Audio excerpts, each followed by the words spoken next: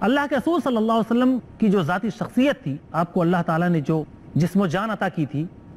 وہ اپنے صحابہ سے بہت ہی ممتاز تھی، اور جس نے بھی اللہ کے رسول صلی اللہ علیہ وسلم کے حلیہ مبارکہ کو بیان کیا ہے وہ اتنے خوبصورت الفاظ میں بیان کرتا ہے، اتنے خوبصورت انداز میں اس کو پیش کرتا ہے کہ دل عش عش کر اٹھتا ہے۔ اللہ کے رسول صلی اللہ علیہ وسلم ہجرت کے لیے جب مدینہ آتے ہیں تو راستے میں آپ کا گزر ام معبد الخزاعیہ کے خیمے سے ہوتا ہے۔ اللہ کے رسول صلی اللہ علیہ وسلم اس خیمے میں تشریف لاتے ہیں اور اپنی ضرورت پوری کرنے کے بعد وہاں سے چلے جاتے ہیں۔ آپ ام معبد الخزاعیہ کی جو بکری تھی اس کا دودھ نکالتے ہیں، دودھ نکالنے کے بعد وہاں سے چلے جاتے ہیں۔ جب شام کو اس خاتون کے شوہر آتے ہیں تو اپنے شوہر سے انہوں نے جو اللہ کے رسول صلی اللہ علیہ وسلم ام معبد الخزاعیہ نے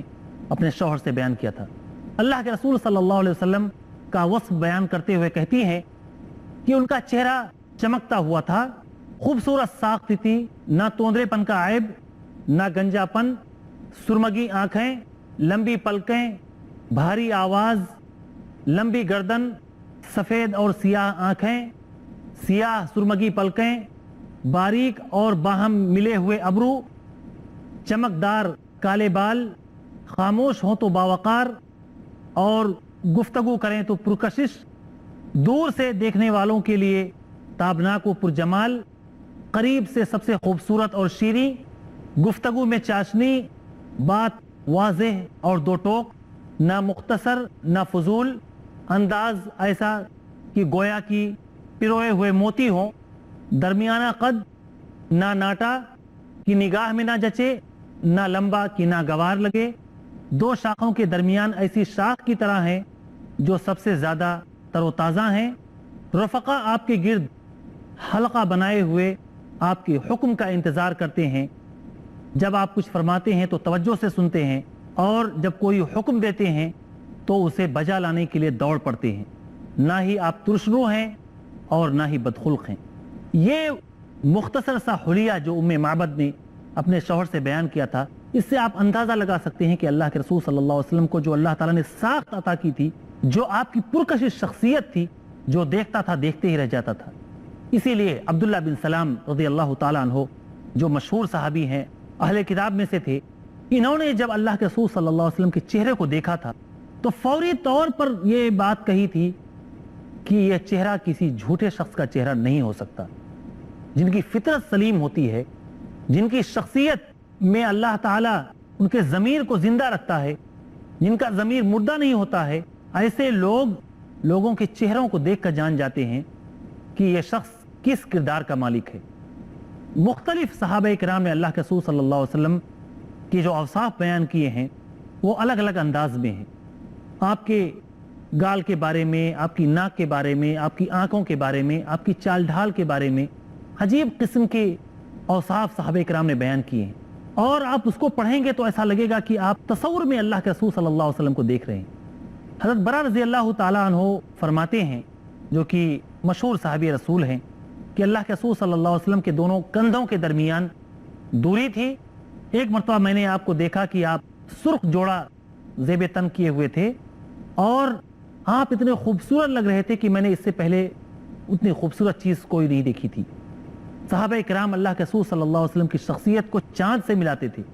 کہ آپ چاند سے زیادہ خوبصورت تھے۔ حسن یوسف دم عیسیٰ ید بیضا داری، آنچ خوباں ہما دارن تو تنہا داری۔ ناظرین کرام، وقت ہوا ہے ایک چھوٹے سے بریک کا۔ بریک کے بعد انشاءاللہ العزیز ہم دوبارہ اللہ کے رسول صلی اللہ علیہ وسلم کی ذاتی اوصاف کو لے کر آپ کے سامنے حاضر ہوں گے۔ تب تک کے لیے آپ سے اجازت چاہتے ہیں۔ السلام علیکم ورحمۃ اللہ وبرکاتہ۔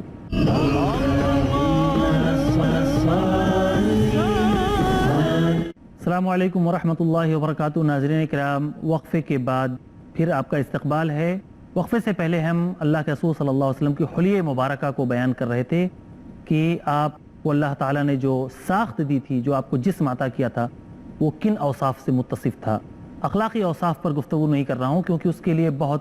لمبا وقت درکار ہے، اس کے لیے مستقل ایک پروگرام کی ضرورت ہے۔ انشاءاللہ العزیز اگر کبھی موقع ملا تو ہم اللہ کے رسول صلی اللہ علیہ وسلم کے اخلاق پر مستقل بات کریں گے، لیکن فی الحال میں اللہ کے رسول صلی اللہ علیہ وسلم کی صرف ذاتی جو شخصیت تھی اور اس کا جو حلیہ تھا اس کو بیان کر رہا ہوں۔ مختلف صحابہ کرام نے اللہ کے رسول صلی اللہ علیہ وسلم کی جو اوصاف بیان کیے ہیں وہ الگ الگ انداز میں ہیں. آپ کے گال کے بارے میں, آپ کی ناک کے بارے میں, آپ کی آنکھوں کے بارے میں, آپ کی چال ڈھال کے بارے میں عجیب قسم کے اوصاف صحابہ کرام نے بیان کیے ہیں, اور آپ اس کو پڑھیں گے تو ایسا لگے گا کہ آپ تصور میں اللہ کے رسول صلی اللہ علیہ وسلم کو دیکھ رہے ہیں. حضرت برا رضی اللہ تعالیٰ عنہ فرماتے ہیں, جو کہ مشہور صحابی رسول ہیں, کہ اللہ کے رسول صلی اللہ علیہ وسلم کے دونوں کندھوں کے درمیان دوری تھی. ایک مرتبہ میں نے آپ کو دیکھا کہ آپ سرخ جوڑا زیب تن کیے ہوئے تھے, اور آپ اتنے خوبصورت لگ رہے تھے کہ میں نے اس سے پہلے اتنی خوبصورت چیز کوئی نہیں دیکھی تھی. صحابہ کرام اللہ کے رسول صلی اللہ علیہ وسلم کی شخصیت کو چاند سے ملاتے تھے. اللہ کے رسول صلی اللہ علیہ وسلم کے جو بال تھے وہ آپ کے کان تک پہنچتے تھے اور کبھی کبھی کندھوں تک پہنچتے تھے. شروع میں اللہ کے رسول صلی اللہ علیہ وسلم اپنے بالوں میں مانگ نہیں نکالتے تھے, لیکن بعد میں اللہ کے رسول صلی اللہ علیہ وسلم نے اہل کتاب کی مخالفت کرتے ہوئے اپنے بالوں میں مانگ نکالنا شروع کر دیا. ایسے ہی آپ پگڑی کا بھی استعمال کرتے تھے, عمامہ کا استعمال کرتے تھے, اور عمامہ کے نیچے آپ کبھی کبھار ٹوپی کا یا اس طرح کی اور کوئی چیز کا استعمال کیا کرتے تھے. اللہ کے رسول صلی اللہ علیہ وسلم کی داڑھی جو تھی وہ بھری ہوئی تھی. صحیح حدیث کے ذریعے سے ثابت نہیں ہے کہ آپ نے اپنی داڑھی کو تراشا ہو یا اسے مہذب کیا ہو. البتہ بالوں کی صفائی وغیرہ کا یا اس پہ کنگھی کرنے کا آپ خاص طور پہ اہتمام کرتے تھے. اللہ کے رسول صلی اللہ علیہ وسلم کی جو چال تھی صحابہ کرام بیان کرتے ہیں کہ آپ کی چال ایسی ہوتی تھی گویا کہ آپ کسی ڈھلوان سے اتر رہے ہوں, اور اتنی تیز ہوتی تھی کہ صحابہ کرام کہتے ہیں کہ اللہ کے رسول عام چال چلتے تھے, اور ہم میں سے کوئی شخص بہت تیز چلتا تھا تو اللہ کے رسول صلی اللہ علیہ وسلم کے ساتھ چل سکتا تھا. اللہ کے رسول صلی اللہ علیہ وسلم نہ بہت موٹے تگڑے تھے, نہ ہی بہت ہی نحیف و کمزور تھے. آپ کی ناک تھوڑی سی اٹھی ہوئی تھی, اور رنگ آپ کا گورا تھا, سرخی مائل تھا. آپ صلی اللہ علیہ وسلم کے جو دونوں مونڈھے تھے وہ کشادہ تھے, بدن کے جو جوڑ ہوتے تھے وہ بھی کشادہ تھے. یہ مضبوطی کی علامت ہے. اللہ کے رسول صلی اللہ علیہ وسلم کے بارے میں آپ جانتے ہیں کہ آپ کو اللہ تعالیٰ نے انتہائی قوت عطا کی تھی, یہاں تک کہ مکے کے سب سے بہادر شخص رکانہ نے جب آپ سے کشتی کے لیے آپ کو دعوت دی اور آپ سے یہ بات رکھی اس نے کہ اگر آپ مجھے ہرا دیں تو میں مسلمان ہو جاؤں گا, اللہ کے رسول صلی اللہ علیہ وسلم نے اس کی شرط مان لی تھی. اللہ کے رسول صلی اللہ علیہ وسلم نے رکانہ کو کشتی میں اٹھا کر پٹک دیا. تو جو شخص سب سے بہادر مکے کا مانا جاتا تھا اللہ کے رسول صلی اللہ علیہ وسلم کے مقابلے میں وہ نہیں ٹک سکا. جسمانی طور پر اللہ کے رسول صلی اللہ علیہ وسلم اتنے مضبوط تھے. آپ کا چہرہ گول تھا. ربیع بنت معاوض رضی اللہ تعالیٰ عنہ کہتی ہیں کہ اگر تم حضور صلی اللہ علیہ وسلم کو دیکھتے تو ایسا لگتا کہ گویا کی سورج نکل رہا ہے. آپ کی مثال ایسی تھی, آپ اتنے خوبصورت تھے.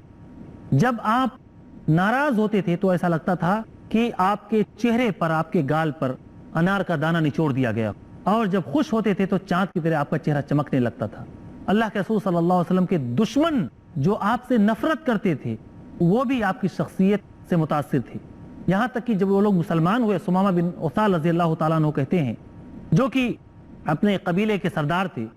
اللہ کے رسول صلی اللہ علیہ وسلم کے پاس جب یہ لائے جاتے ہیں 2-3 دن تک مسجد میں بندھے ہوتے ہیں, اللہ کے رسول صلی اللہ علیہ وسلم اور مسلمانوں کے کردار کو, ان کے اعمال کو دیکھتے ہیں, باریکی سے جائزہ لیتے ہیں, اور آخر میں ہماری نگاہ میں آپ کے چہرے سے زیادہ مبغوض اور ناپسندیدہ چہرہ کوئی نہیں تھا, لیکن آج ہماری نگاہ میں آپ سے زیادہ معزز اور آپ سے زیادہ محترم اور آپ سے زیادہ خوبصورت چہرہ کوئی نظر نہیں آتا ہے. آپ کا شہر ہمیں سب سے زیادہ ناپسند تھا, لیکن آج آپ کا شہر سب سے پیارا شہر لگتا ہے. اللہ کے رسول صلی اللہ علیہ وسلم کی وجاہت اللہ تعالیٰ نے ایسی دی تھی کہ کوئی بھی شخص جو دیکھتا تھا, یہاں تک کہ یہود جو سب سے بڑے اللہ کے رسول صلی اللہ علیہ وسلم کے دشمن تھی, اللہ کے رسول صلی اللہ علیہ وسلم جب مدینہ آتے ہیں تو صفیہ رضی اللہ تعالیٰ عنہ بیان کرتی ہیں کہ میرے باپ اور چچا یہ لوگ جا کے اللہ کے رسول صلی اللہ علیہ وسلم کے پاس پہنچتے ہیں اور دیکھ کر آتے ہیں. دیکھنے کے بعد 100% ان کو یقین ہو جاتا ہے کہ یہ کسی جھوٹے شخص کا چہرہ نہیں ہو سکتا, لیکن اس کے باوجود دشمنی میں اللہ کے رسول صلی اللہ علیہ وسلم کا یہ لوگ انکار کرتے ہیں کہ ہم آپ کو تسلیم نہیں کریں گے, ہم آپ کو رسول نہیں مانیں گے. اللہ کے رسول صلی اللہ علیہ وسلم کے جسم پر بہت زیادہ بال نہیں تھے, آپ کے سینے وغیرہ پہ بال نہیں تھے, بلکہ اوپر سے نیچے تک ناف تک باریک بالوں کی ہلکی سی لکیر تھی. اللہ کے رسول صلی اللہ علیہ وسلم کا ہاتھ جو تھا وہ انتہائی نرم ہوتا تھا. یہاں تک کہ صحابہ کرام بیان کرتے ہیں, انس رضی اللہ تعالیٰ عنہ کی روایت ہے, وہ کہتے ہیں کہ میں نے اللہ کے رسول صلی اللہ علیہ وسلم سے زیادہ نرم کوئی چیز نہیں چھوئی ہے. کہتے ہیں کہ میں نے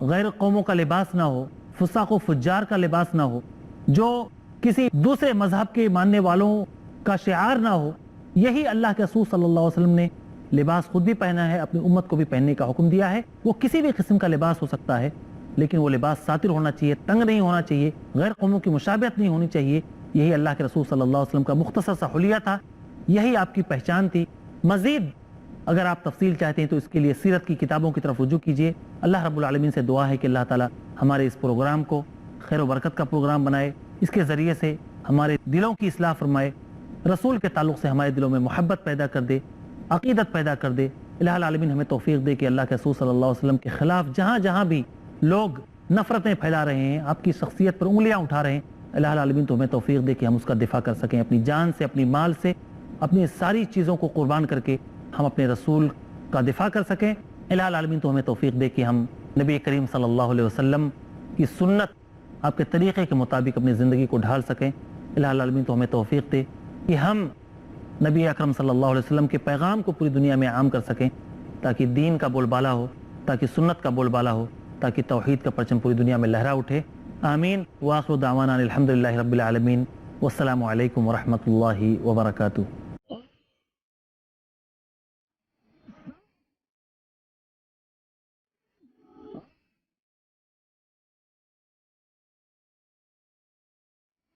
اللهم صل